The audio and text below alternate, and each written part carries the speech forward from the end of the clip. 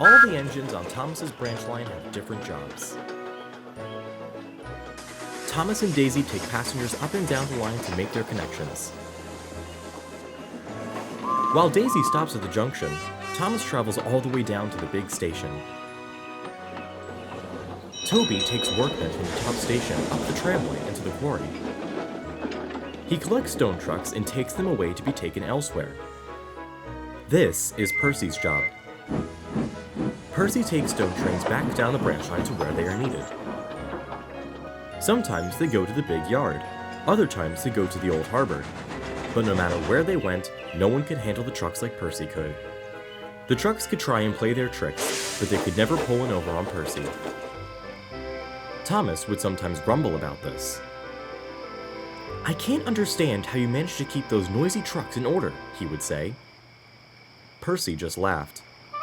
"It pays to be nice," he said. "If you know how to keep them happy, then they'll never bother you." "Humph," huffed Thomas. "I was a station pilot for a long time, and the trucks never listened to me. No matter what I did, they would giggle and laugh and try and get me in trouble." He remembered the time he and Edward switched jobs and the trucks pushed him down Gordon's Hill. "Maybe you just need the right motivation." Thomas scoffed and went to sleep. The next morning, Percy felt awful. His firebox wasn't properly cleaned, and he couldn't steam right until it was.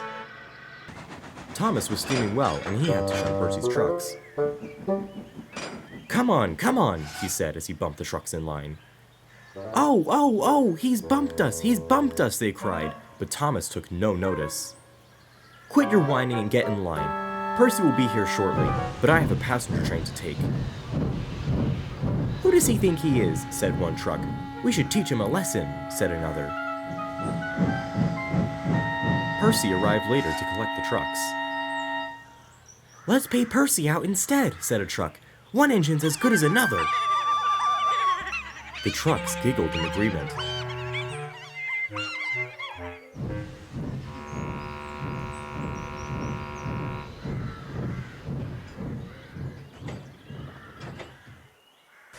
The journey went smoothly for a while.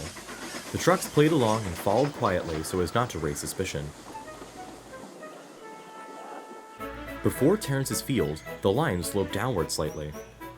It wasn't a lot, but it was just what the trucks wanted. On, they giggled. "Cut it out! Stop!" cried Percy, and he applied his brakes, but it was no good. The trucks had gotten their chance. Help, he whistled. Terrence was plowing his field when he saw Percy. Then there was trouble. Percy rounded the bend too fast and came off the rails. The trucks had piled behind him and rolled into the field. Luckily, no one was hurt, but the line was blocked. "Are you alright, Percy?" asked Terrence. Percy grumbled in response. "Rotten things."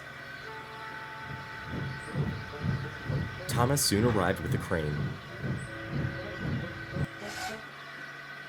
"I'm sorry, Percy," he said. "This was my fault. I should never have been so rude to those trucks." "You think?" huffed Percy. Thomas got to work clearing the trucks, and Terrence helped re-rail Percy. Thomas pulled Percy to the big station where he was loaded onto a flatbed on Henry's train. The Fat Controller was waiting. "I should think," he began, "that my original station pilot would know how to handle trucks. Maybe it's time for a refresher. You shall be shunting in the yard until you relearn how to handle trucks. And when you do, you shall do Percy's work while he pulls Annie and Clarabelle." Thomas sighed. He spent the next few days in the yard shunting trucks.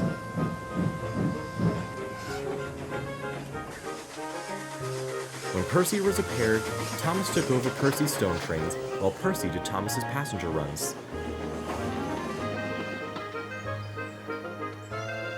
Thomas found the change of jobs rewarding and refreshing. He grew to enjoy the stone runs and became just as good of a handler as Percy. Soon enough, they were back to their old jobs.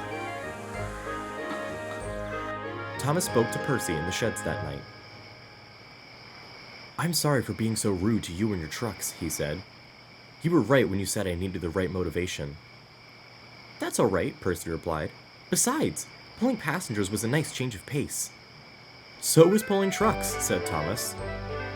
And from then on, the two engines were best of friends.